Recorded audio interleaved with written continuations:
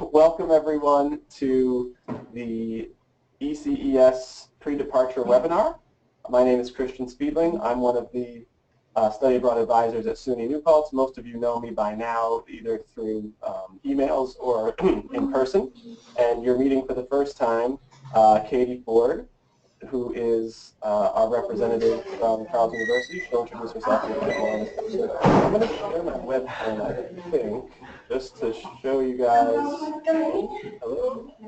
And you guys don't have to use your webcams. We just wanted to say hi. So please pay attention to this, and we are recording it for the future. If you haven't noticed, there's a little chat box down toward the bottom of the app that you can use for GoToMeeting. It's currently set so that if you're asking a question, it'll be sent to the entire room. But there's a drop-down menu on the bottom of the box where if you wanted to ask a private question to either myself or Katie, you're welcome to do that. If you didn't want to be called out as far as who's asking a question. Most questions are very relevant, and we'll answer them publicly. But if you've asked it privately, then we won't share who asked it. But otherwise, yeah, we're here to help, and we hope that you guys get a lot of your questions answered during this presentation today. At this point, I'm going to kick it over to Katie and have you guys leave her. Okay, so I'm going to turn my webcam on too, just so you can see me. Hi, my name is Katie, and I'm the International Programs Officer at Charles University. I work here in Prague full-time, so you'll be meeting me once you arrive in the Czech Republic. And I'll be responsible for helping you with anything that you need before you come in terms of visa advising or websites or course registration, and also after you arrive, I'll be able to help you too, and my door will always be open to you. So we're going to get started now and just go over briefly first the ECES website. So can everybody see my screen? Christian, are you able to see it?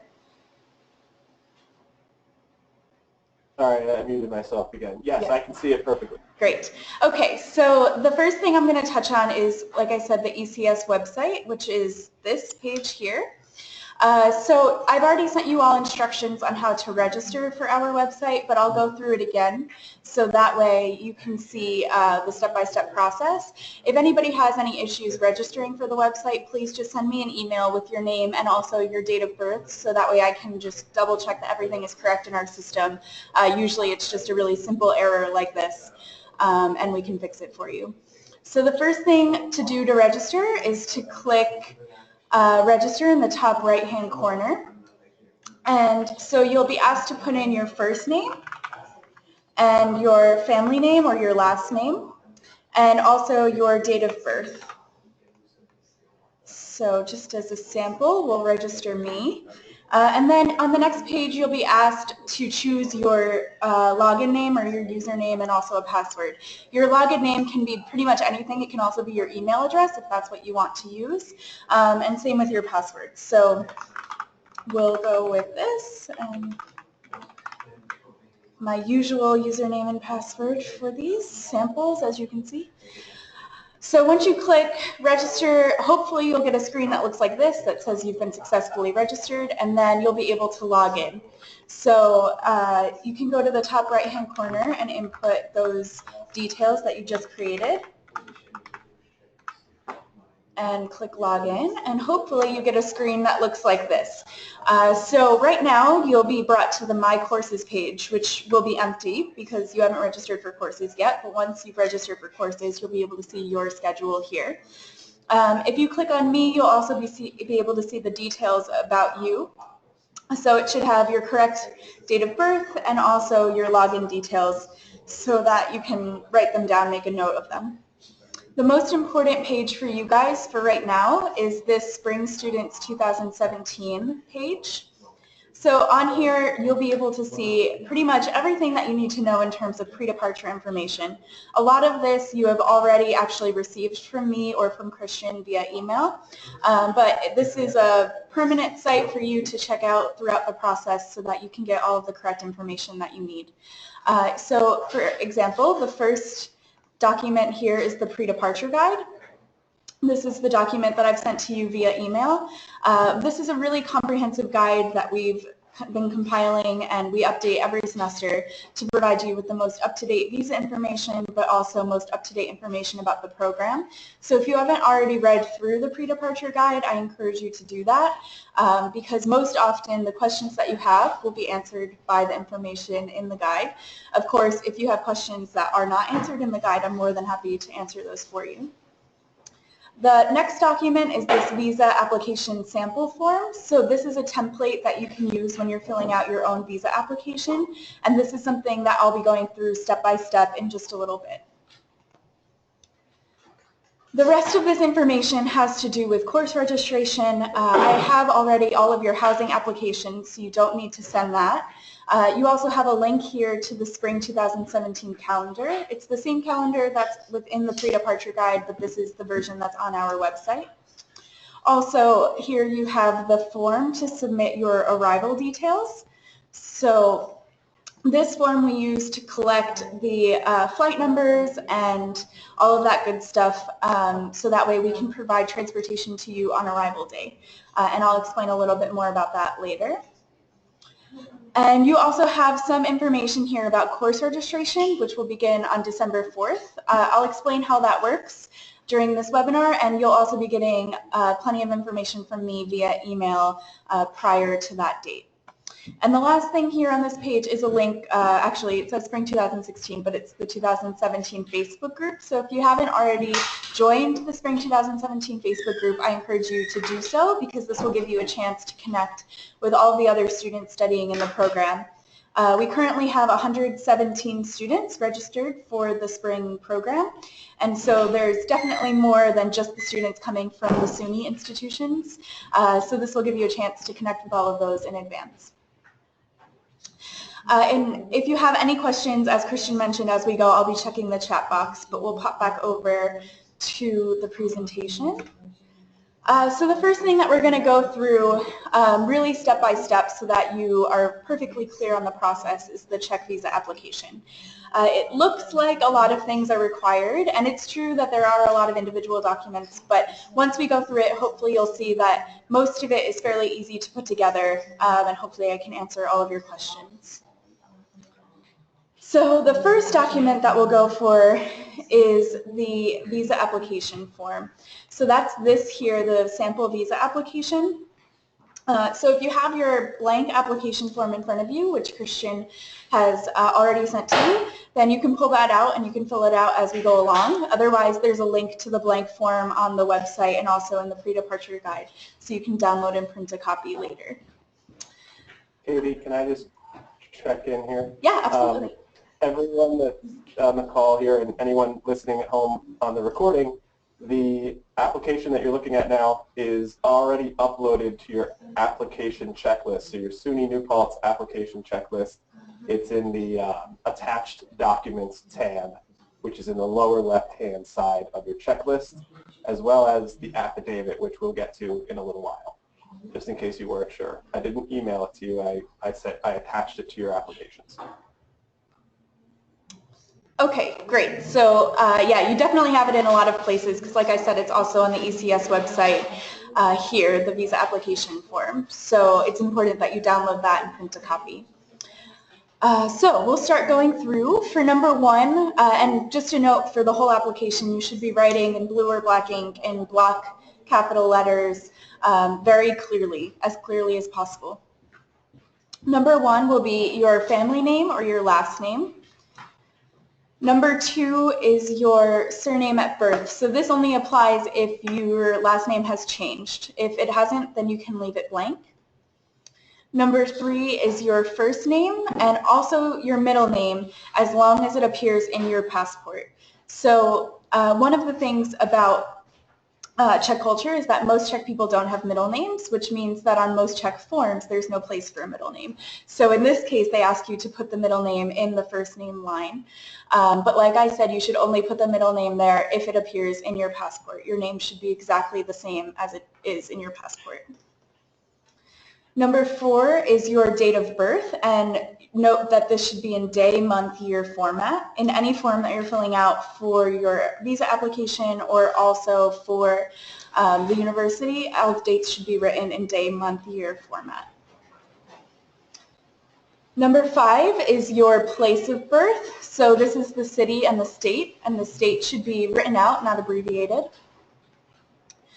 And then underneath you'll see these 3 boxes for country of birth. I believe that for all of you this is USA, but if you were born in a different country, then just let me know and I can find that country code for you. Number 6 is your original nationality. So as long as you were always an American citizen, you'll also put USA here. And number 7 is your current nationality. So as long as you are all American citizens, which I believe that you are, you should write USA here. For number 8, you should tick the appropriate box. And for number 9, again, just tick the appropriate box. For number 10, you'll write your father's last name, and then underneath your father's first name.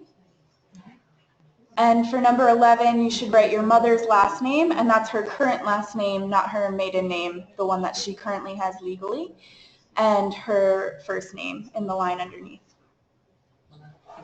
For number 12, you'll tick the correct box. For most of you, I imagine that will be ordinary passport. You should know if you have another kind of passport beyond an ordinary one. And for number 13, you'll write your passport number. And then as long as your passport was issued by the U.S., you'll write USA. And we have a question, do we have to write our parents' middle name? You don't have to, but you can if it's something that they use on legal documents.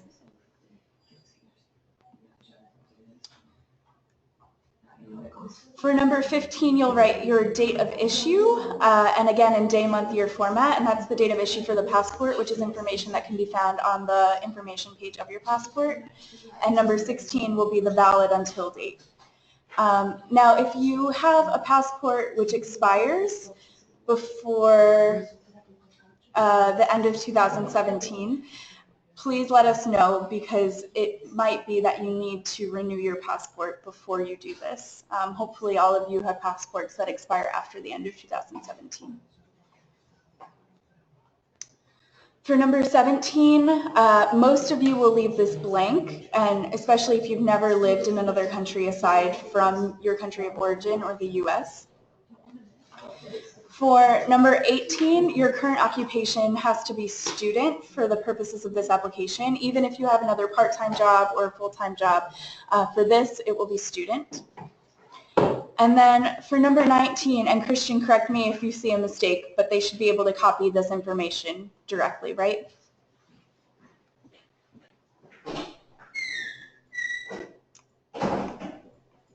Yes. Forgot about the mute button again. Yes, everything's good there. Everything looks good. Okay, perfect. So for number 19, you'll put in the SUNY New Paltz information, so you can put in the details that are listed on this sample directly. And you can see that the address for the university doesn't fit into the boxes, which is actually fairly typical for this application, as you'll, I'm sure, realize. So you can do what I've done here and just squish the last few words together. This is how the ministry is asked that we have these addresses written. For number 20, this is the name of our university, so you'll write Charles University Faculty of Arts, and you can see again that this name doesn't fit into the boxes completely, so please write it the way that we have here, which is Charles Space University, and then a comma, and then Faculty of Arts as one word. You can copy the details for number 21 exactly. So this is our address here at the university. It's actually the address of the main building of the Faculty of Arts where some of your classes will be and where my office is. And we have another question.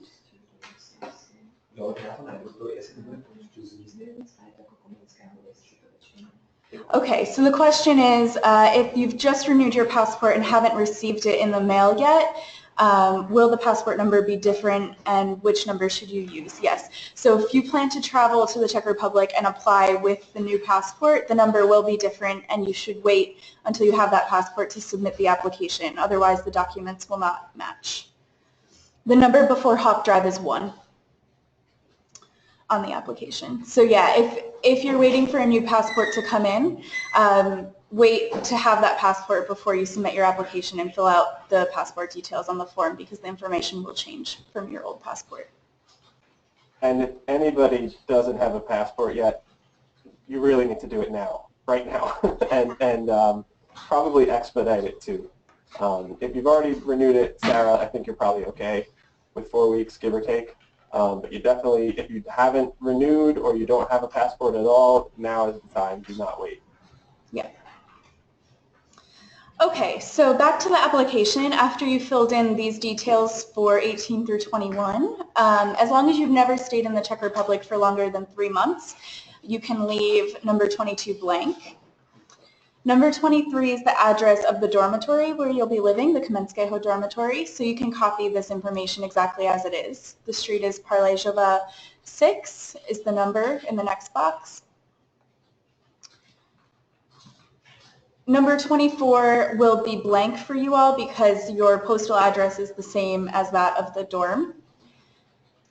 For number 25, your visa will be requested for 111 days, and this applies to absolutely everybody. The number has to be exactly 111, even if you plan to travel before or after the program.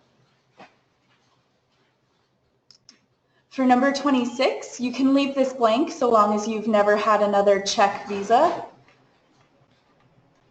And for number 27, it's the same. You can leave it blank so long as you've never had a previous stay in the Schengen states, which means the borderless Europe, which encompasses most of Central Europe.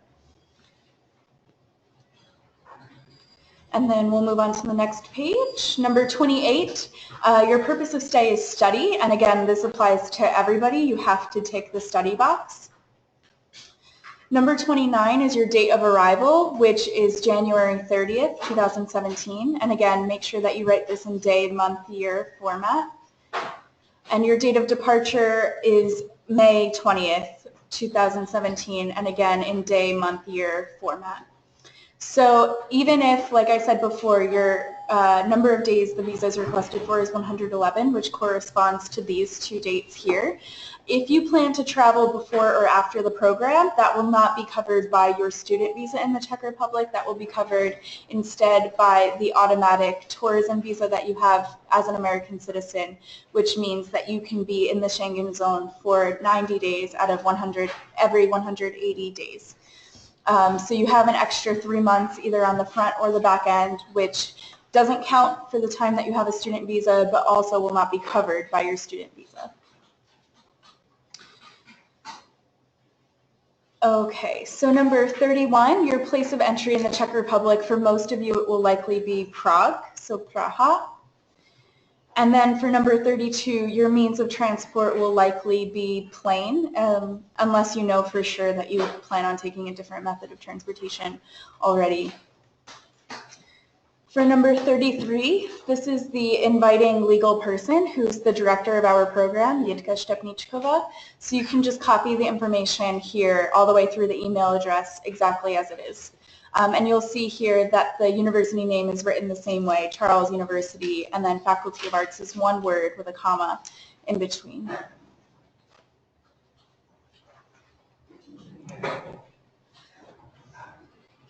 For number 34, your manner of funding your stay will be yourself, and this again has to be for everybody, even if you have scholarships or your parents will be providing for you. For the purposes of this application, you have to tick the myself box.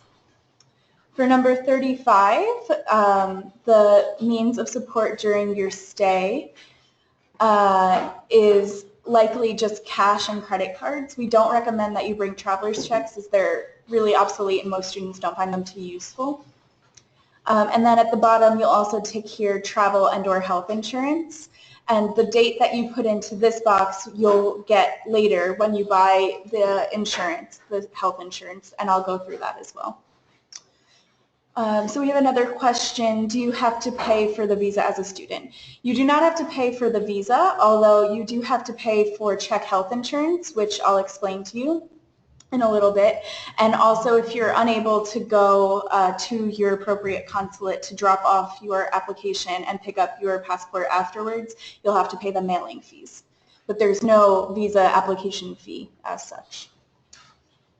That's right. And there's also going to be a statement from a bank account which you have to show money, but that's not a fee. It's just a statement, which, again, we'll get to later.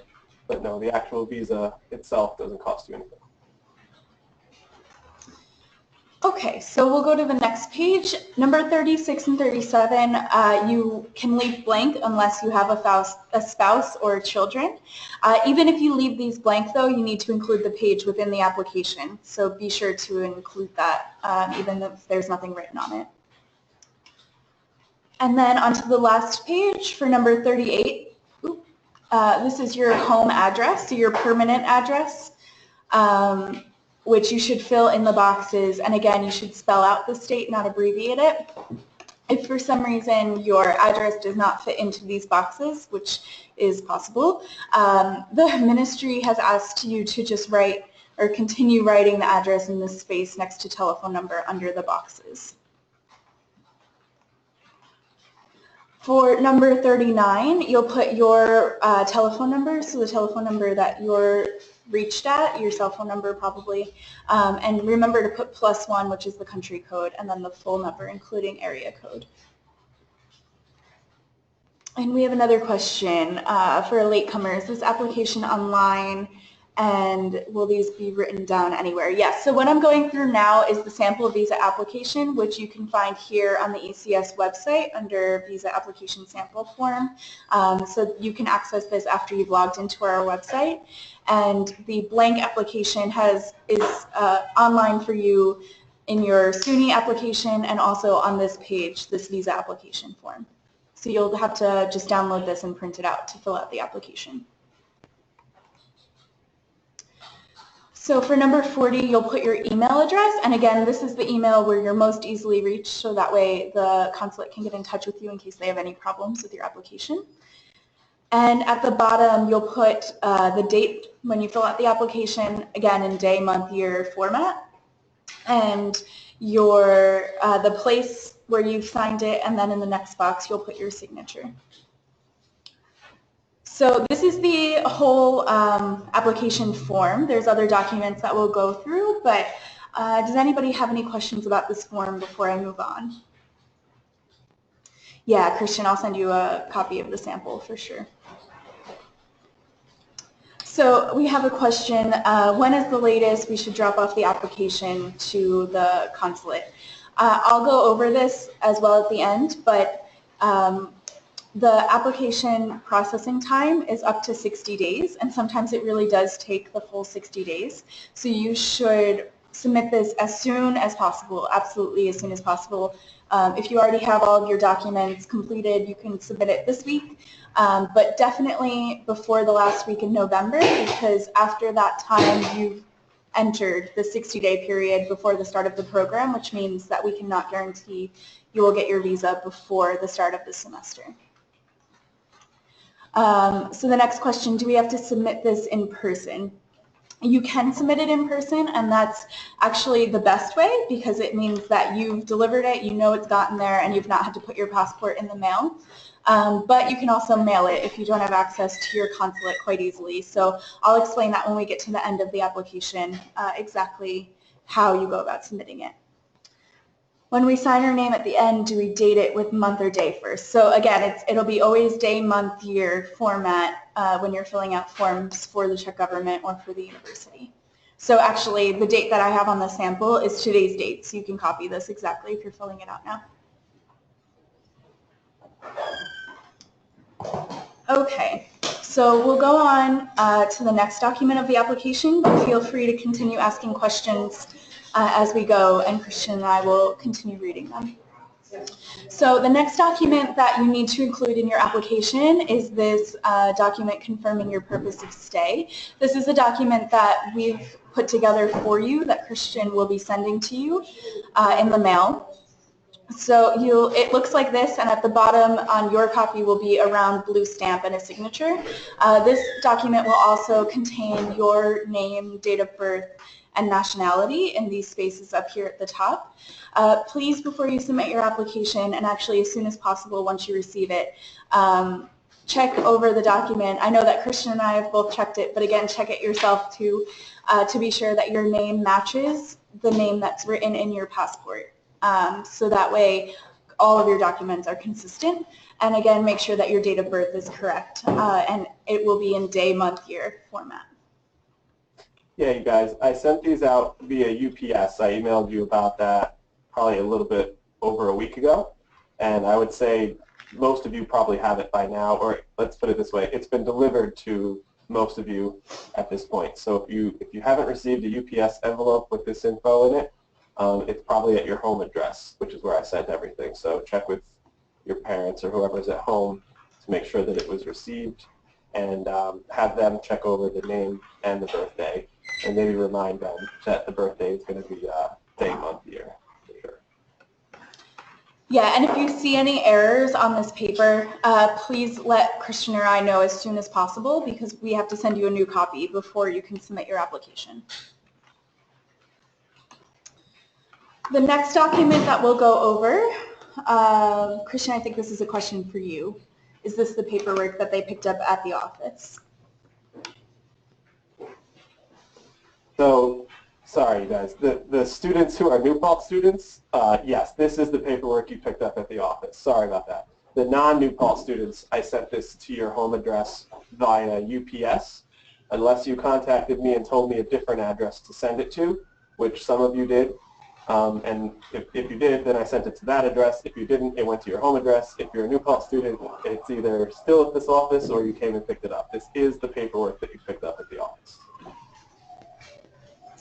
Great. So the next document that you need is this document confirming sufficient financial resources.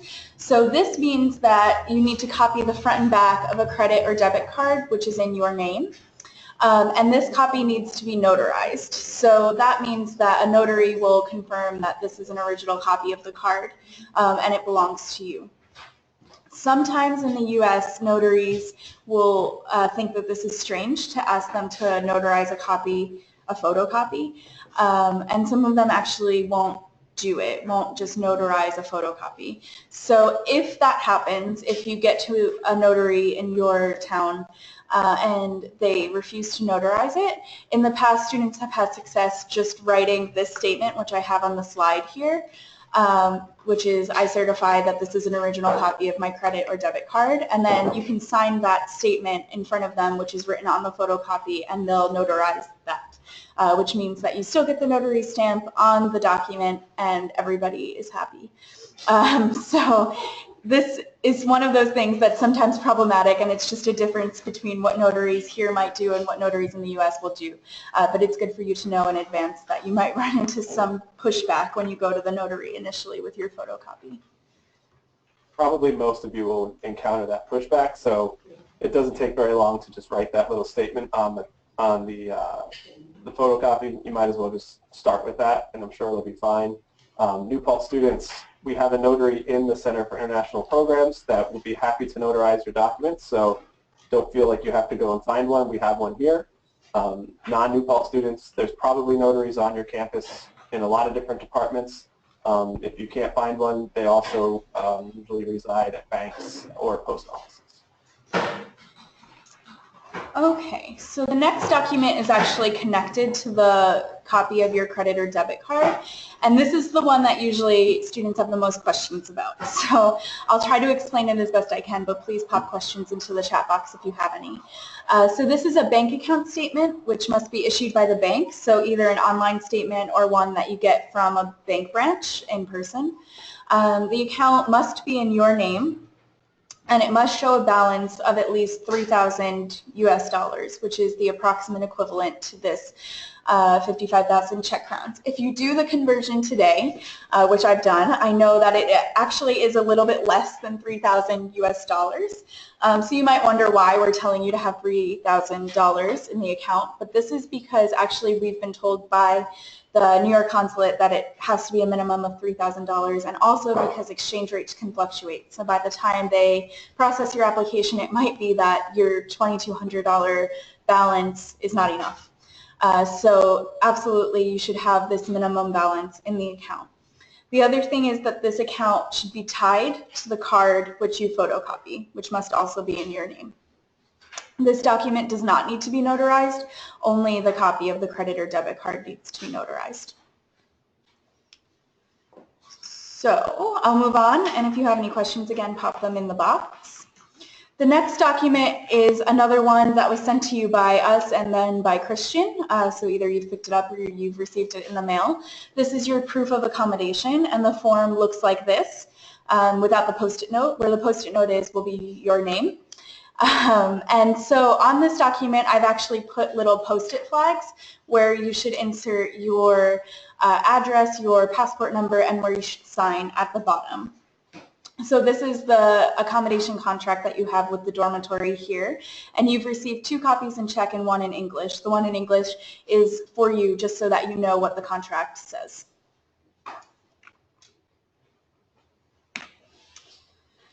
This document is your criminal history background affidavit. So this is another document which you have a link to in the pre-departure guide, and which I believe Christian has also uploaded for you to download. And this one is in Czech and English, so it should be fairly easy for you to fill out. But you should fill out your given name, which is your first name and middle name, exactly as you did on your visa application, and also exactly as it appears in your passport. Your surname will be your last name, and then again your date of birth, as they've put here, should be day, month, year. Your place of birth should be the city, and then also the city, state, and USA. For nationality, you can put again USA, and then you'll put your passport number and your permanent residence address. When you put your telephone number, remember to put the country code, which for the US is +1, and then again your email address should be the one that you're most easily reached at. And do not sign this paper quite yet, because you'll need to have this notarized as well, so you should wait to sign it until you're in front of the notary. So the question was, the accommodation confirmation mailed to us, or can we find it online? So this is the one that was mailed to you along with the purpose of stay. So you should have gotten 4 pages in that packet from us, which is the purpose of stay, and then 2 copies of the Czech contract and 1 in English. And that's what you've either picked up from Christian or Christian mailed to you. Yeah, I can't see who asked that question, but if you're a New Paltz student, it's either here at the office or you came and picked it up already. If you're a non-New Paltz student, I sent it via UPS to your home address, unless you told me to send it elsewhere. Oh. Wherever you are. Okay, so the next document that you need is your health insurance contract. So I will go through one of the companies that is accepted by the Czech consulate. So this is a requirement of the visa. In terms of insurance, you're provided with insurance from SUNY as a SUNY student, so that's something that Christian will, I'm sure, give you information about. But this is additional insurance which you have to purchase, because the one provided, the U.S. company isn't approved by the Czech government, so you need one that is. And we have a list of companies in the pre-departure guide which are approved, so you can look through all of these companies. We typically demonstrate with this one, Maxima, because the website is quite easy to follow, and it's the one that most of our students purchase. But you're free to look through the pre-departure guide and make sort of your own determination on which one you want to purchase. But for now, I'll go through this. So if you didn't see the website, it's this. If you want to take a second to copy that into your web browser, you can even go through this with me. So once you get to this website, it should be in English already, but if it isn't, you can click this EN button in the top right-hand corner, and that will convert the entire site to English. And then to get started, you'll click on this, Foreigners Insurance, which is just in the top middle of the page. And then you'll click Insure Online here. So there's 2 types of insurance that you can purchase. It's totally up to you which one that you want to purchase. Both will cover you in case of emergency in the Czech Republic, and both satisfy the visa requirement. This first one here is the less expensive option, so I'll demonstrate with this.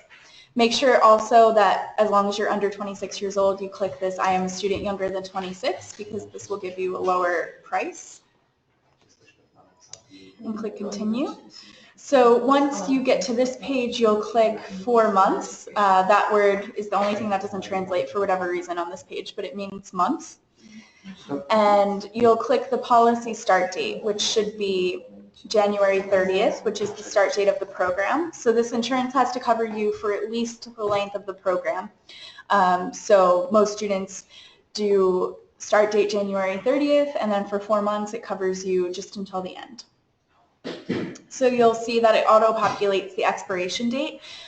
This date will also be on the contract that they send you, but it's also the one that you have to put into your application form, which I can tell you is number 35. So after you've checked here, travel and/or health insurance, you'll put this date, May 29th, 2017, or whichever expiration date you have based on your selection. You can see here at the bottom that the price is 2,100 Czech crowns, which is approximately 84 US dollars based on the current exchange rate. And you'll click continue. On this page, you'll put in your last name and then first name. You'll click your gender. You'll put in your date of birth. And again, this should be in day, month, year format. So I'll just do an example. Your city, this will be your permanent address again. Your zip code, or this is your city, sorry. This will be your street address and your telephone number. So again, this should be +1 and then your full phone number. And then you'll put in your email address. And it's important that here you put in an email address which you regularly access because they'll be emailing you your contract, which is really important that you have. Okay, so we have another question. I'm sorry, what were the dates to enter? Yeah, so you will put in the start date as January 30th, and then on the last page you'll select 4 months, and it'll just auto-populate the expiration date. The only date that you need to enter is January 30th, 2017 as the start date, and that's the arrival day for the program. You can leave dealer ID blank, and then you'll click the policyholder is identical with the insured, so that's yes, you can leave it as it is. And then you'll click continue. So once you click continue, actually it'll stay on the same screen, but it'll pop up with additional boxes. So for nationality, you'll put in USA. And then you'll put in your passport number. And again, so if you're waiting for a new passport to arrive, wait to do this until you have that passport number. Okay, and then you'll click continue. So once you get to this page, you'll be able to review all of your information, make sure that everything is correct. And you can see here the dates again. So January 30th, 2017 until it'll say May 29th, 2017 because that's 4 months. You'll have here the general terms and conditions. The first version is in English, the second version is in Czech.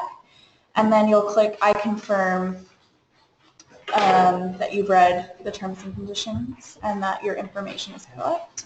And then you'll click pay the premium. So before anybody enters their credit card numbers, if you haven't, so this is a Czech company located in the Czech Republic, which means that a lot of banks will be confused as to why you're making this payment for Czech health insurance. It'll probably seem fairly random to them. And so a lot of banks will block the payment.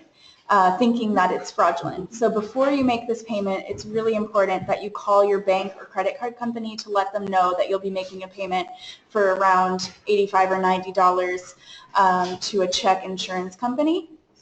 So that way they don't block your payment as fraudulent. Once you've made that phone call, you can go ahead and enter your credit card information here. And as you can see, they don't accept Amex. Sometimes this is a question for students, but you can see which they do accept here. It's actually fairly common that a lot of Czech companies and companies throughout Europe really won't accept Amex. All right, so I don't see any questions about the insurance. Does anybody have anything they can think of? I'll keep checking the chat box too to see.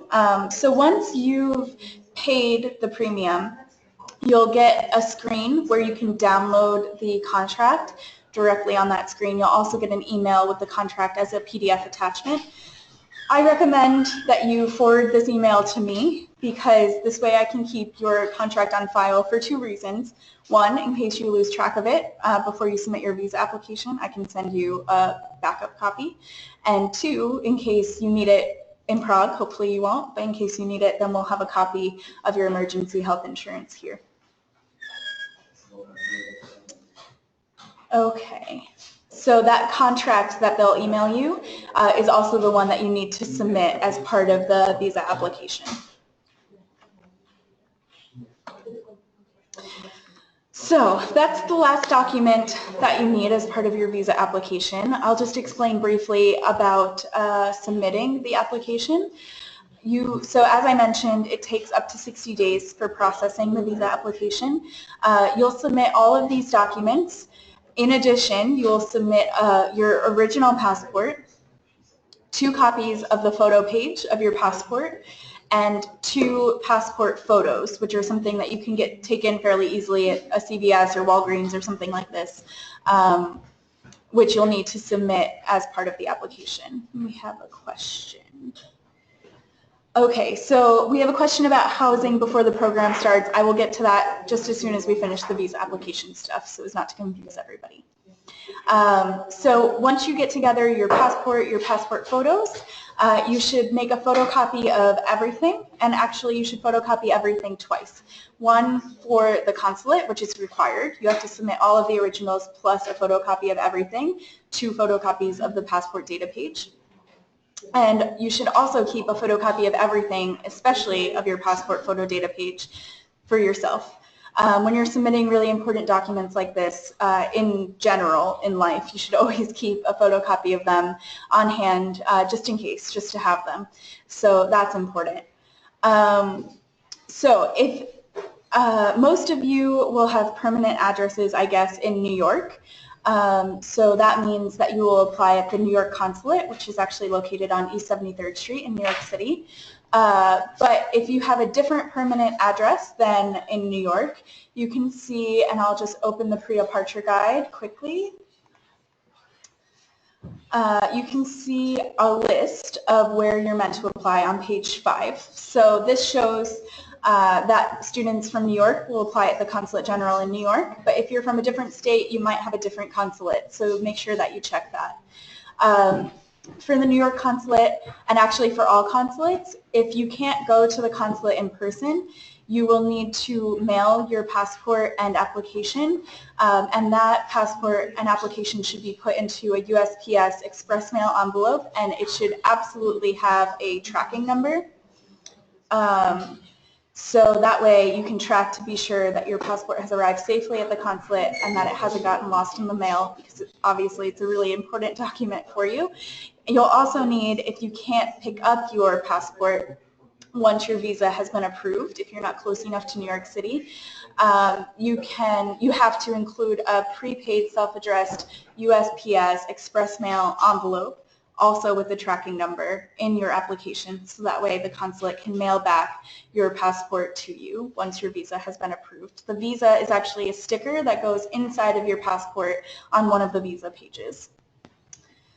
So we have a couple of questions. One is, my permanent address is in New York, but I'm closer to Philadelphia. Can I apply there? Unfortunately, no. You have to apply based on where you're assigned, based on your permanent address. The next question, can a parent submit these forms for us in person? So yeah, actually, because you're an American citizen, you don't need to have a visa interview, which means that somebody submitting your passport for you or your application for you in person is essentially the same as it being mailed. Of course, I would imagine that you trust your parents with this really important information, but if you're thinking of having a friend do it or a coworker or something like this, I would encourage you to strongly consider your relationship with that person before you trust them with your visa application and your passport. But yes, somebody can drop it off at the consulate for you.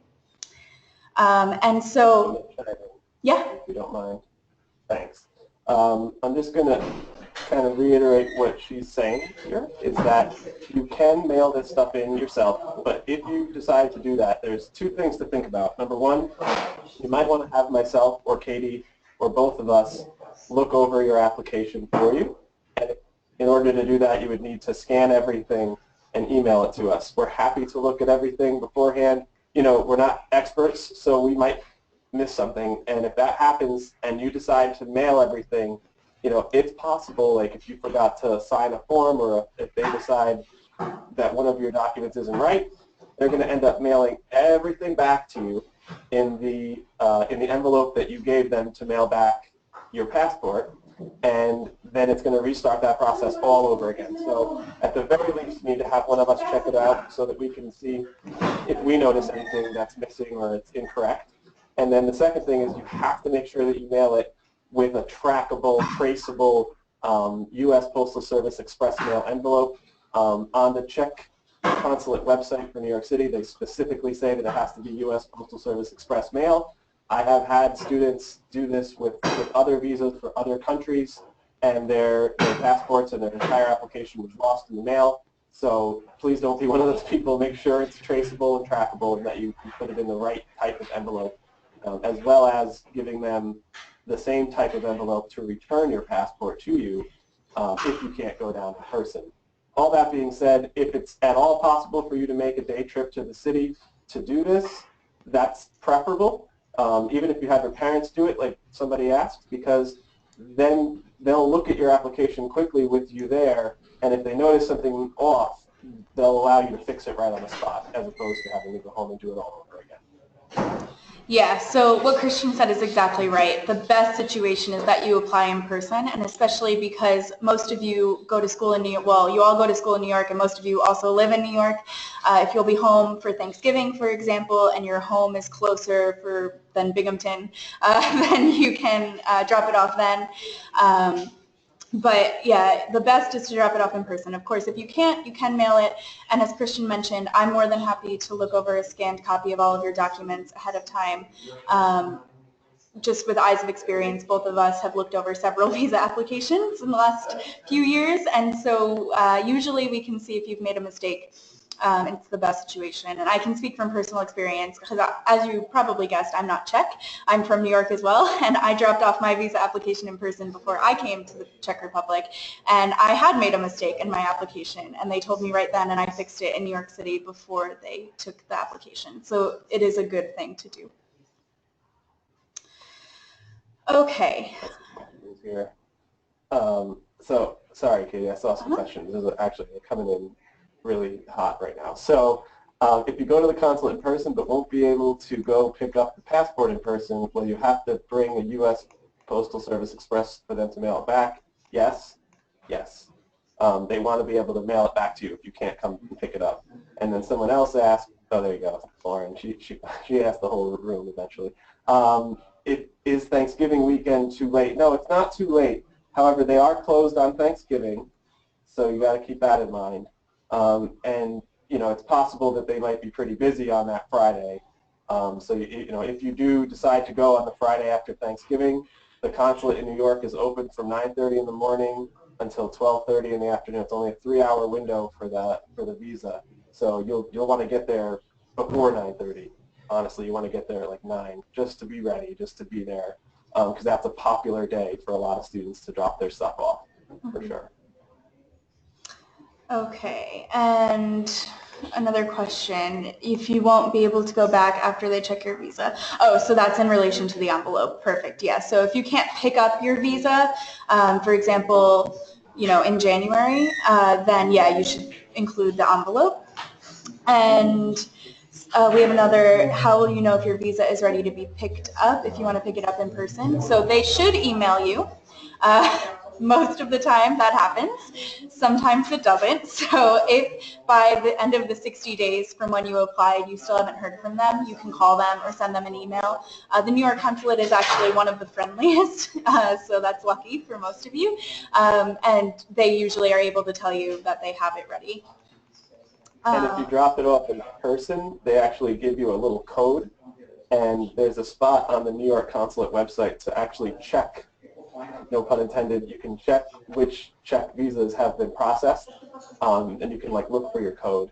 So that's if you drop it off in person. If you mail it, you probably won't get that code.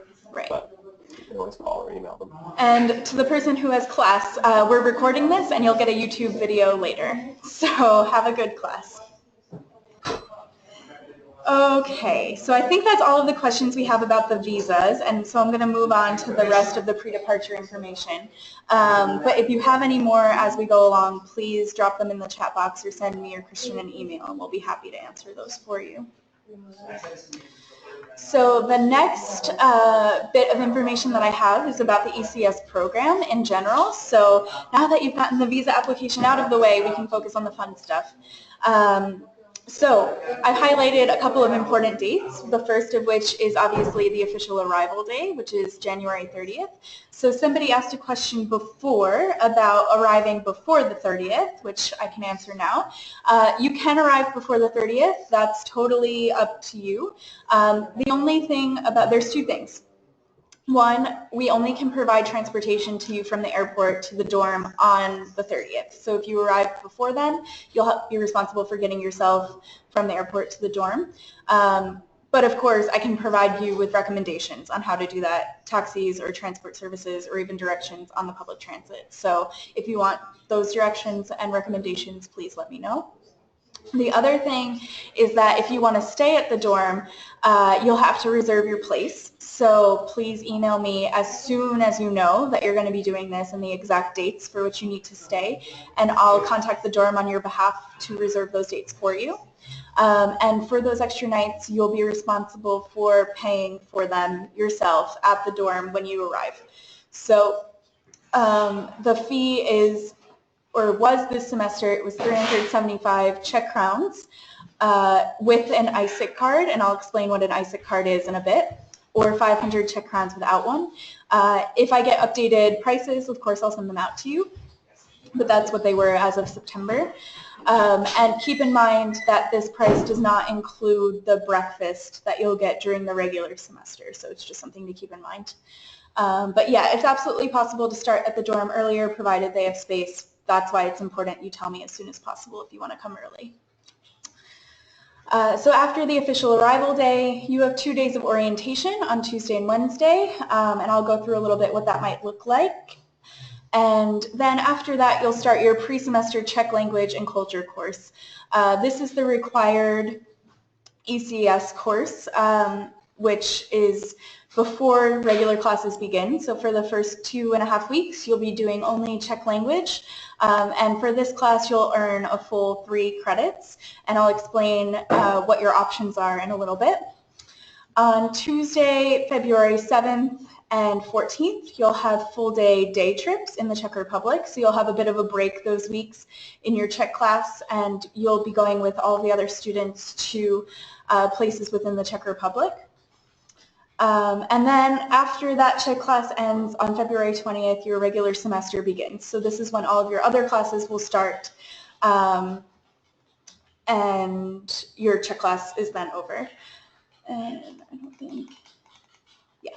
Okay, and then you have 2 weeks from when classes start. So until March 2nd to make any changes in your schedule. This is when the add drop period ends.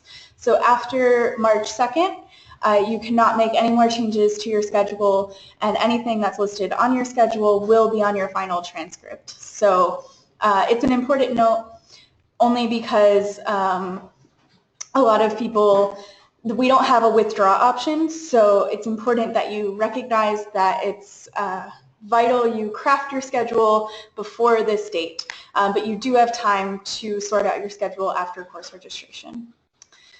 In the spring semester, we have 3 national holidays, which are all happen to be on Mondays.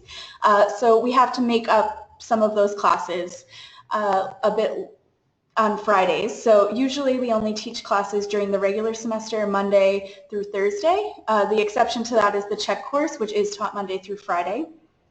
So for the first 3 weeks, you have course on Friday.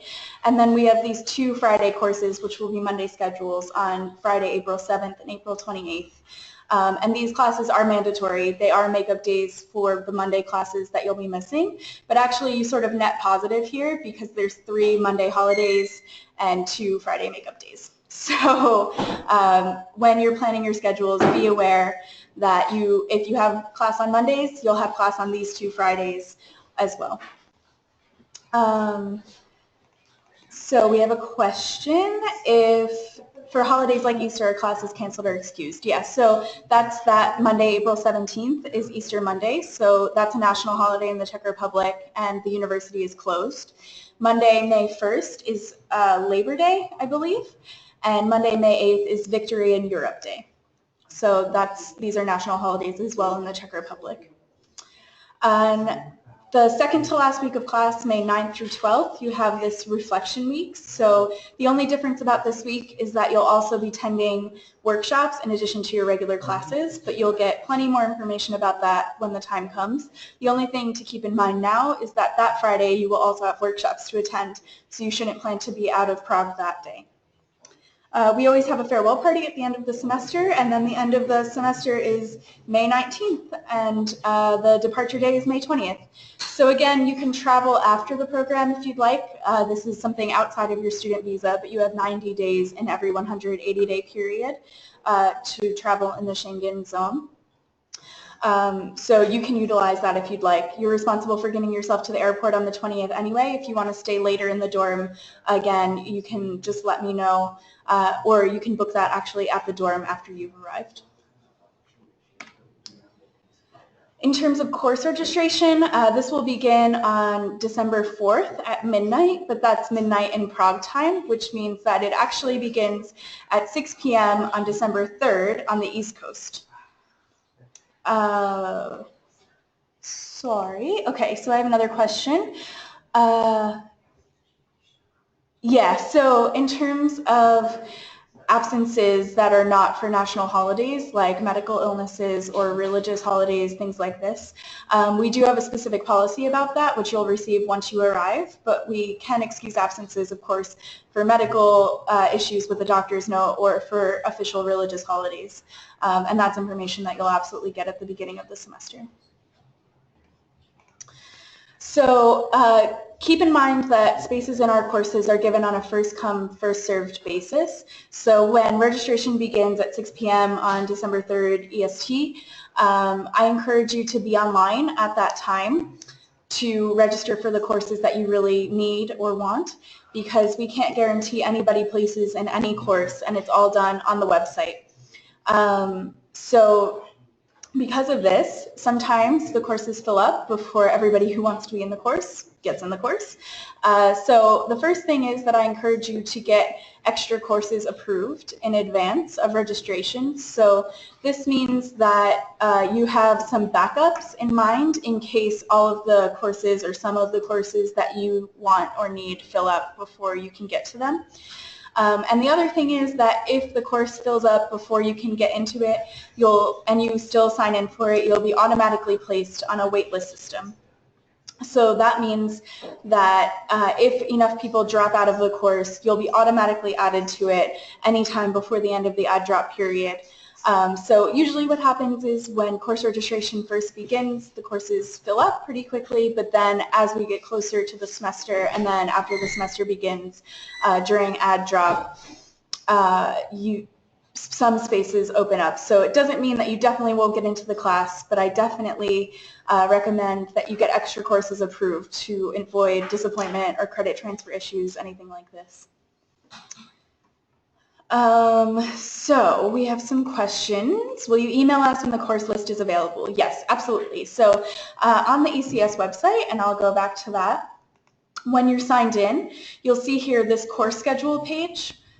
And if you click on that, right now you'll see just 2 courses listed here, and these are the pre-semester Czech courses. So you can see actually how it looks like.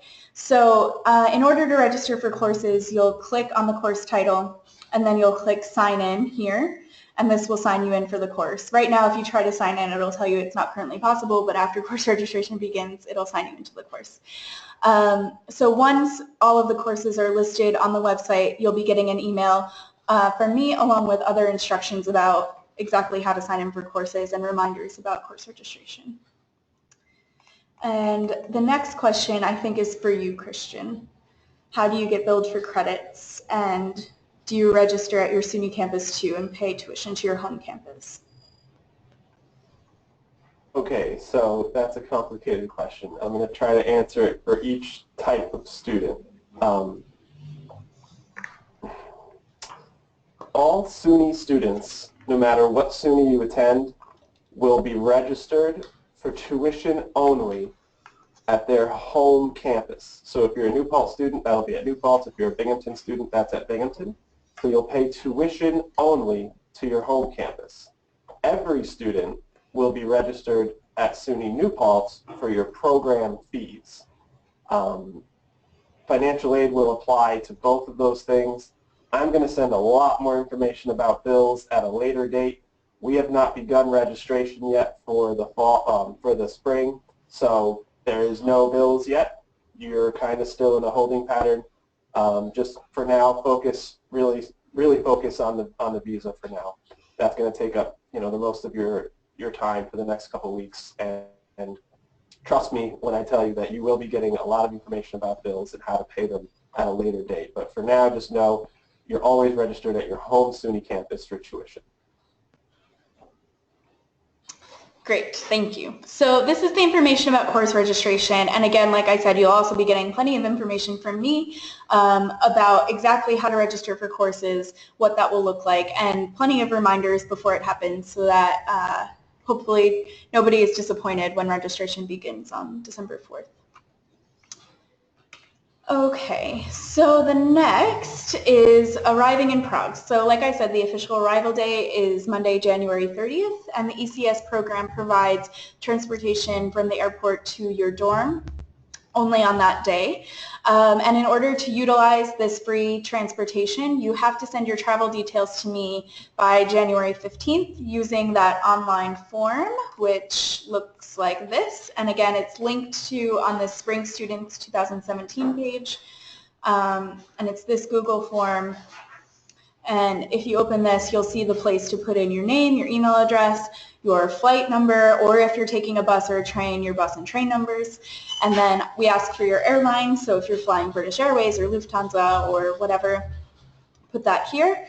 If you're coming in by bus or train, please put in your bus or train station, and also if you are confused about what exactly your bus or train station is, you can send me your ticket or the information and I can tell you, because it might not seem glaringly obvious what the name of the station is. And also your departure city for Prague. So for instance, if you're flying from JFK to Heathrow and then Heathrow to Prague, you'll put Heathrow here. And then put in what time you're arriving and click on January 30th if that's the day. Otherwise, put in the date that you'll be arriving. And again, if I don't receive your information for arrival by the 15th, we can't guarantee that we can provide transportation for you. So it's really important that you submit it within that deadline. Once you arrive in Prague, you'll check into the dorms. So we'll be waiting for you in the lobby with your housing package, which will include a housing guide, some forms that we'll ask you to fill out, and also information about the dorm and all sorts of other good stuff. You'll need your passport to check in at the front desk, and the only money that you'll need to pay at that time will be 500 Czech crowns that you'll give to us in cash as a housing deposit. So this is about $20 US roughly, and this covers damage or loss of property to the ECES common spaces. So this is something that, provided nothing is damaged or lost, you'll get back at the end of the semester. But keep in mind that you do need the cash for this. We can't accept cards. So if you're not exchanging money before you come to Prague, I recommend that you take money out of an ATM at the airport. And the ECES staff who are going to be waiting for you at the airport with the transportation will be able to tell you where the ATMs are. I don't recommend that you exchange money at an exchange place at the airport because the rates are really pretty awful and you'll really end up losing a lot more than it's worth. So either try to exchange money in advance at your bank by ordering some Czech crowns, or just take, 1,000 Czech crowns, about $40 out of the ATM when you arrive, and then we can point you in the direction of an exchange place in Prague, which has good exchange rates once you arrive. We have maps for you at the dorm, and we'll be able to send you on your first Prague adventure. So on that first day, on the 30th, technically, there's no real ECES orientation activities, at least no mandatory ones, because everybody will be arriving at different times throughout the day. But in the evening, we always schedule a meet and greet, so that way you have a chance to meet each other, and also to meet me in person, meet my colleagues, and also meet the housing coordinator, whose name is Susanna, who, trust me, you will want to meet immediately. You'll want to get to know her immediately, so it's a good chance to do that. If you want to attend the meet and greet, usually it's scheduled for the evening at dinner time, so that way you can buy yourself some dinner as well, some local Czech food, and we bring you to a cute and nice little Czech pub, a traditional restaurant. If you want to attend this, you should plan to arrive in Prague no later than around 3 p.m. Because this will give you a chance to get from the airport to the dorm and to get your stuff in your room before the meet and greet. But again, that's optional, so don't feel obligated to come if your flight arrives later. On the next day, Tuesday, is when your orientation really begins. So on this day, you'll have a housing orientation with either Susanna or myself. And then we'll take you down to Old Town to get your student ID card. So this is picture day, in case anybody cares. And then after that, you'll have a welcome meeting at the university building where you'll meet me again and our director, Jitka, the chair of our academic board, some of our professors, and all of my other colleagues, so that we can give you tons more information about your program in Prague and also other academic information and welcome you officially to the university. We know that you're going to be jet lagged on these days, so we do try and keep the programming light, but we also try and give you as much information as we can, so that way you feel as prepared as possible for your semester. On Wednesday, we'll take you to get your transportation pass. So this is something that is actually optional. You can buy it yourself. It's 720 Czech crowns for students, and that's, I guess, around what, 20, maybe like 35 US dollars, something like this, 40 US dollars. And this is a 3-month transportation pass that gives you unlimited access to the metro, buses, and trams in Prague. While it's optional, I highly recommend that you buy this because first of all, the public transportation system in Prague is incredibly convenient.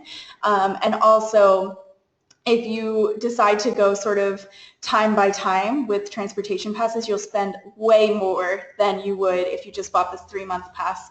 And then at the end of the semester, you can buy a 1-month pass, which will supplement you for the rest of the semester. So in total, you'll spend no more than $50 for the whole semester for transportation in Prague.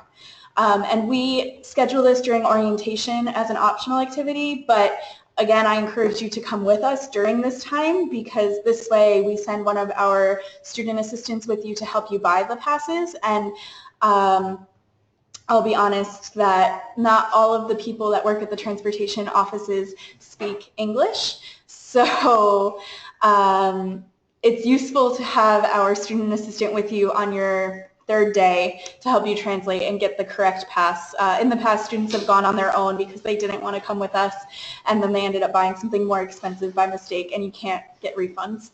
So this is why we include it. After that, we'll do a Prague scavenger hunt where you'll be paired in groups with local students to help get to know the city. And then we end with a group dinner on a river cruise so that you can see the city from the waterway. Yeah, and it's just a really beautiful way to end the orientation period. And Christian's telling me he's done the conversion. 700 Czech crowns is about $30, so 750 is about $32. Okay, so this is sort of the heaviest part of the orientation, which is the Czech language and culture course. Usually this seems a bit intimidating to students when they first hear about it, but actually by the end of the program, everybody is really happy that they've participated in this. So this is a full 3-credit course that you'll take in the first 2.5 weeks of the program. So it's about 5 hours per day of Czech language, but it's not 5 hours of just sitting in the classroom writing vocabulary 3 times each. You have the chance to learn about Czech culture, explore the city with your professor, get to know the other students in your class. And then also during this period, you have 2 included day trips in the program. So these are on these days, February 7th and 14th. They're Tuesdays. And so this will sort of break up your Czech language class a little bit, and it also gives you a chance to learn about Czech history and Czech culture. So each day you'll have a choice of probably 3 different day trips, and you'll be able to sign up for these on our website. You'll get an email about that when the trips are available for you to read about. Usually on the first day of the day trips, we offer excursions to different important cultural sites like Pilsen or Kutná Hora. Pilsen is the home of the Pilsner Urquell brewery, but also the only city in the Czech Republic to be liberated by the American Army, Patton's Third Army. So it's an interesting place historically and culturally. And then the second day, usually we offer trips that are more historically interesting. For instance, the Terezín concentration camp and memorial, or an excursion to the town of Lidice, which is an important town in the history of World War II, which was destroyed by the Third Reich as an act of aggression. So this will give you a chance to learn about some of the Czech Republic's history, which will really help to inform the rest of your studies in the program. The day trips are mandatory because we feel like it's really important for you to learn these things in order to understand Czech culture, the way that Czech people are now, and also in order to understand your coursework a little bit better, because many of your classes will touch on these topics as well. So as you can see by this calendar, the first 3 Fridays of the program, the 3rd, 10th, and 17th of February, you have class, which means that you should not plan travel for these weekends, or at least for these days. The classes for the Czech language meet either in the morning or in the afternoon, but we can't guarantee that you will be in a morning or afternoon section until you arrive in Prague. So you won't know because it's dependent on the professor's availability. So it's important that if you're going to travel, do a day trip in the Czech Republic, for example, on Saturday. But we also encourage you to spend these first 3 weekends in Prague to get to know your home city before you start traveling for the rest of the semester. Also in the Facebook group and via email, I'll be sending you a PDF guide to different day trips within the Czech Republic. So you can actually utilize that your first couple of weeks to plan different excursions that maybe you won't see during our day trips. So in addition to these mandatory day trips, we also offer optional trips and activities throughout the Czech Republic. These things are not included in any fees that you're paying, so they're an extra cost, but we do try and keep the costs as low as possible in order to sort of accommodate everyone's budget and to allow you to experience as much as possible. This is a list of sample trips that we have offered in the past or will be offering in the spring. And I'll show you on our website. You can see, so you can see on this page the trips and activities tab. If you click on this right now, you're actually going to see all of the trips and activities for the fall semester, but it will actually give you a pretty good idea of what we might be offering in the spring. It won't be exactly the same, of course. We won't be offering Thanksgiving dinner in the spring, but it's typical things each year.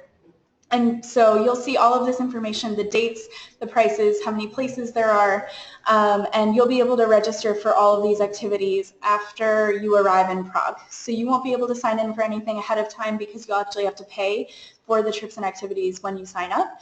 But you can use this list once it's posted to plan what you're going to do. And once this list is posted, I'll be emailing it to you or emailing you a notification that it's available online. The one thing I'll point out here are these cafe and gallery excursions. So this, I've already mentioned Susanna. Maybe some of you have heard of her from past students, but she's our residential and cultural coordinator. She lives at the dorm with you, but also she coordinates the theater, opera, and ballet tickets, and she takes students on these cafe and gallery excursions. Susanna is one of the most amazing people that I know, and she is a great person for you to get to know. She knows basically everybody in Prague. Her late husband was friends with the first president of the Czech Republic, and she is on a first-name basis with the U.S. ambassador to the Czech Republic currently. So she's pretty incredible, and she'll be taking you to some of Prague's most famous galleries and also some of the alternative ones and explain things about the artists and about the art that you might not otherwise pick up on your own. And then you'll have the chance to go to cafes or to a lunch with her afterwards to get to know her and also the city a little bit better. So this is something to look forward to, but also something definitely to take advantage of. So about your housing, like I said, Susanna will be living in an apartment in the dorm building, so you have access to her. The housing is suite style, so you'll receive your room assignments when you arrive in Prague. Unfortunately, I can't give those assignments to you ahead of time because I don't personally assign the housing. Actually, the dormitory is responsible for that, and they don't have it confirmed until essentially a day or two before you come, and I don't get that information until the arrival day. But we already have all of your housing forms, and the dorm does try to keep in mind your preferences. So I would say 9 times out of 10, they're able to accommodate you. The dorm rooms are in suites, so I would say 3 or 4 rooms share a bathroom and a little mini kitchen, which has a mini fridge and a hot plate and a sink. But you'll also have access to a full kitchen that has cooking supplies, a full fridge, a microwave, coffee pot, panini press, all of this good stuff. So you can provide or cook full meals for yourself.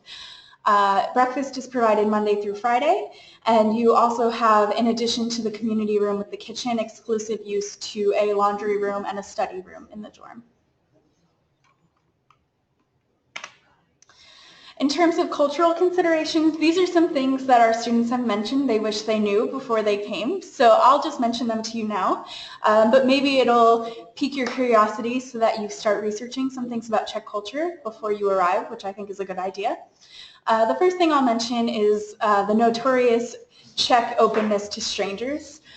You'll probably notice when you arrive pretty quickly that people in the streets won't be smiling at you, and actually they'll think that you're a little bit crazy if you're smiling at them. Usually Czech people are less approachable, especially for strangers, but this is just part of the culture. It doesn't mean that these people are not friendly or kind. It just means that they're not used to having conversations with people that they don't know or smiling at people that they don't know. It also goes along with people asking sort of the question, how are you? So you know in the U.S. that we ask that as part of a greeting, but it would never be part of a greeting in the Czech Republic, only if you genuinely wanted to know the answer to that question. And if you ask it to a Czech person, you should probably expect a 5 or 10 minute conversation about actually how the person's doing, good or bad.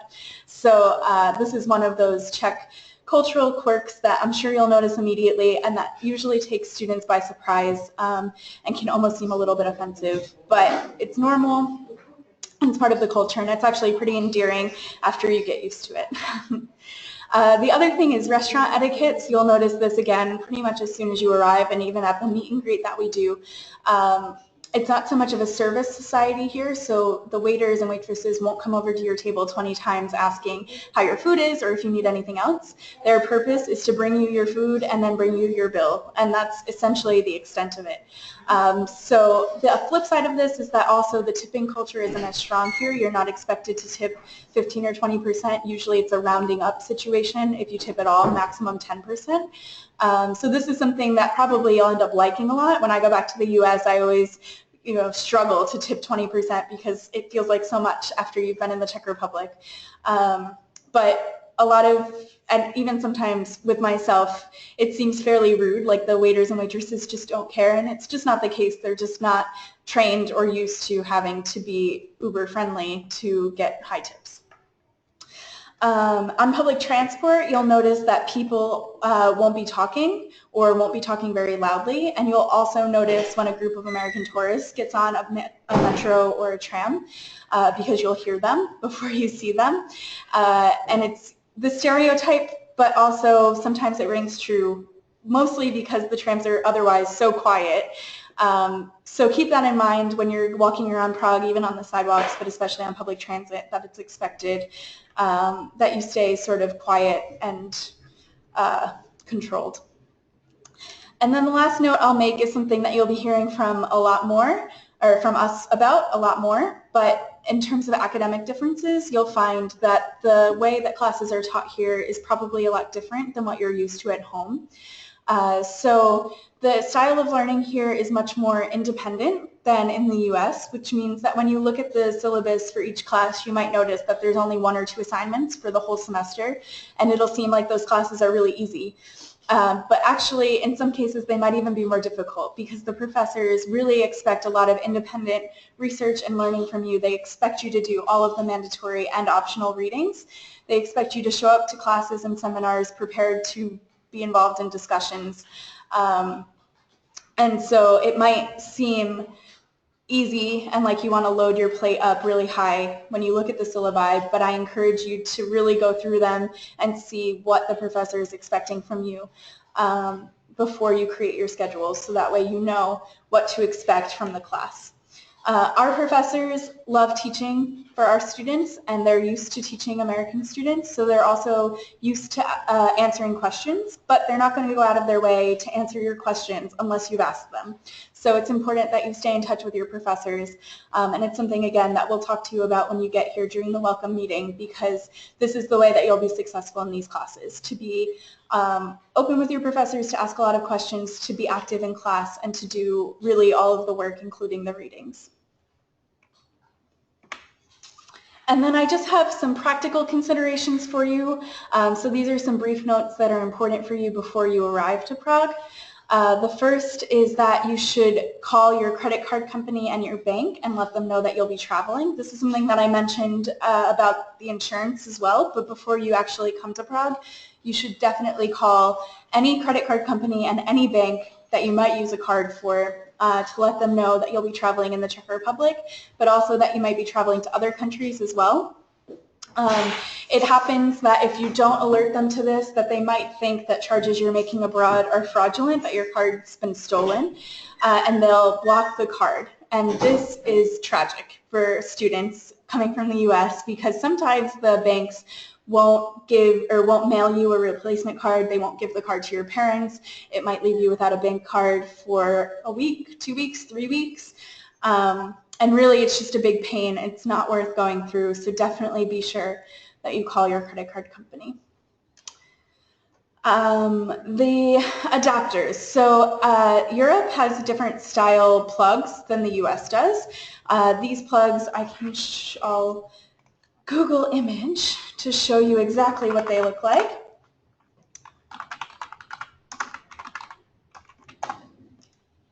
So this is what a European plug adapter will look like, and you can see what the shape of the plug is. It's 2 round pins rather than the style that we have in the US.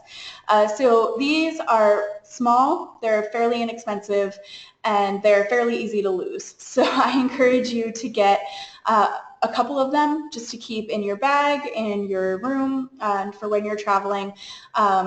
These will change the shape of the plug, but they won't change the voltage. So in Europe, we have a higher voltage than in the US, but most of your electronics like laptops, cameras, computers, phones, these sorts of things will automatically convert voltage. So you won't need a voltage converter for these sorts of things, just these adapters. Keep in mind that if you're planning on traveling to the UK, they have a different shape plug, which looks something like this. So if you're planning on traveling to the UK, be sure that you buy one of these as well. This is something that I strongly encourage you to buy before you come to Prague. It always happens that people come without these, and then they find that it's really hard to find US to Europe adapters after they arrive. And especially on the first day when you're jet lagged, you don't know the city, you don't know the language, it's really just more hassle than it's worth. These are things that you can buy from Amazon, from Walmart, from Target, from Best Buy, from Radio Shack. They're super easy to find pretty much everywhere. And like I said, if you order them from Amazon, they're not super expensive. So I definitely encourage you to get those before you come. In terms of heat-producing appliances, this is things like hair straighteners, hair dryers, curling irons, this sort of stuff. These won't convert voltage, and so you would need a voltage converter to use them. But actually, I'll recommend that you buy these once you get here. So instead of buying the voltage converter, once you arrive, I can send you to a store that's really easy to get to from the dorm, and you can buy relatively inexpensive versions of these. And I say this because I have a personal horror story of when I was studying abroad and I went to London and I plugged in my hair straightener into a voltage converter and then let it heat up, and I went to straighten my hair and my hair melted because the voltage got so hot even with the voltage converter. So these voltage converters are not a guarantee in terms of these heat-producing appliances, and actually it could even start a fire if you're not careful. So the safest thing is really to buy these in Prague so that you can use it for the whole semester. So we have a question. We'll be able to use our own cell phones, or should we get a Czech one? So this sort of depends on you. If you want to put international calling on your American phone, you can, although it will probably be expensive. If you have a smartphone which is unlocked, which means that it's not locked to one US carrier, and you can put another SIM card in it, then you can get a SIM card here. Usually the International Club at Charles University will actually give you a SIM card which has student rates on it so that you can get a Czech number right away and has some credit on it. But this will only work if your phone is unlocked. If it's not unlocked, you would need to buy out your contract in order to use it, and that will be a lot more money than it's probably worth. In this case, if your phone is not unlocked, you can get a cheap, like, pay-as-you-go track phone from a local store, and I can show you exactly where to go to get that once you arrive, which you can then use for local calling and texting, and then you can use your smartphone on Wi-Fi when you're out and about. Definitely, I recommend that you have a local number of some kind, so that way you're not reliant solely on Wi-Fi when you're going around the city. And this is really in case of emergency, but also in case of convenience, so that way you can get in touch with the other people in the program and your friends that you will meet. And like I said, when the International Club provides you with these SIM cards, it means that all international students are getting these SIM cards from this one carrier, so you'll have free calling and texting between each other, so it's the most convenient way. Okay, so my second to last tip is to start learning Czech. You may think I'm crazy for saying this, but actually I promise I'm not. I am not a native Czech speaker. I am still in the process of learning Czech, and I can attest to the fact that it is not the easiest language in the world to learn. But with that being said, it's much easier to adapt to living in Prague right away if you at least know some basics or can at least recognize the structure of the words or the pronunciation. So my recommendation would be to download the app Memrise, which you can get on smartphones. And this is something that you can use while on Wi-Fi or data, but you can also pay for like the pro version for a couple of dollars and use it offline. And this provides you with lessons in basic Czech. You can download the lessons. And it's a cute app, it's fun to use, and it's something to kill time with, you know, when you're on the bus or when you're on the plane, something like this. Yeah, so that's a good thing to do before you come. It'll also make your Czech class a lot easier. And then the last thing that I'll mention is to get an ISIC card. So this is totally optional. ISIC stands for International Student Identity Card, and this is something that you can buy for about $25 before you come to Prague. You have to buy it before you come. You can't buy it in the Czech Republic. And it's a discount card for students. So you'll get a Charles University student ID card once you arrive, but this card will work in more places and for more discounts than your Charles University student ID card. For example, it's the card that will work to get you the cheaper price at the dorm if you're going to stay extra nights. Your Charles University will not be enough for that. So you can check on their website where you would get discounts and how much, and you can use that list to sort of determine whether or not it's worth the price of the card. If you don't have an ISIC card issuing center near you, and there's a list of those places on their website, then you'll need to do it online and by mail, which means that you should budget about 3 to 4 weeks to get your card. So this is something you could even apply for now just so that you have the card before you arrive. Okay, so that's actually the end of my spiel, but does anybody have any other questions? Or Christian, do you have something to add maybe? I don't know. I think that was pretty thorough, Katie. I don't have anything to add. If anybody has any questions, now's the time. I guess I'll add one quick thing. We will be doing another orientation where we covered some of this stuff. It'll be a little bit more general for everyone studying abroad, so I'm going to encourage you guys to come back and maybe fast forward about an hour through our recording a little bit closer to your departure date, sometime in January maybe, just to kind of listen to what Katie just went through again, especially the beginning and the end. You can hopefully by mid-January you can skip the visa stuff. But this was nice because this is really specific to Prague and specific to the Czech Republic. And our orientation, which you'll get invited to, is about almost exactly a month away. We'll be covering cell phones, banks, emergencies, health insurance, all that good stuff, but it'll be a little bit more generic. So should we start booking our flights? Good question. I was going to wait until after this webinar today, but you'll be getting an email from me with the official dates, and I give you a couple tips on how to find good airfare and a couple other tips as well. So you'll get that email from me really soon, and once you see that email, you can certainly purchase your airfare. Yeah. All right. And then once you purchase it, I recommend that you submit your details, your arrival details right away, so that way you don't forget before January 15th. Okay, and also in the pre-departure guide I'll mention, if you want to prepare a little bit for your semester, learn a little bit more about Czech history or Czech culture, we have a list of books that might be interesting for you. And also, if you're really interested, you can email me and I can recommend some other materials for you. We'll also have a student blogger program for the Charles University, so you'll get information from me about that in case you want to do an official Charles University blog while you're abroad. We'll be accepting applications for that next month, and then you'll be asked to blog for the semester, and it's a really nice experience. You can go online actually now and read the blogs of the current students, so you can see what to expect for your semester. But if there's no other questions, I guess we'll stop the recording and end the webinar. But like I said, if you have any other questions, or if you want me or Christian to read over your visa application before you submit it, please feel free to scan that and send that to us. And also, I'll reiterate again one last time that you should submit your visa application as soon as possible, no later than the end of November.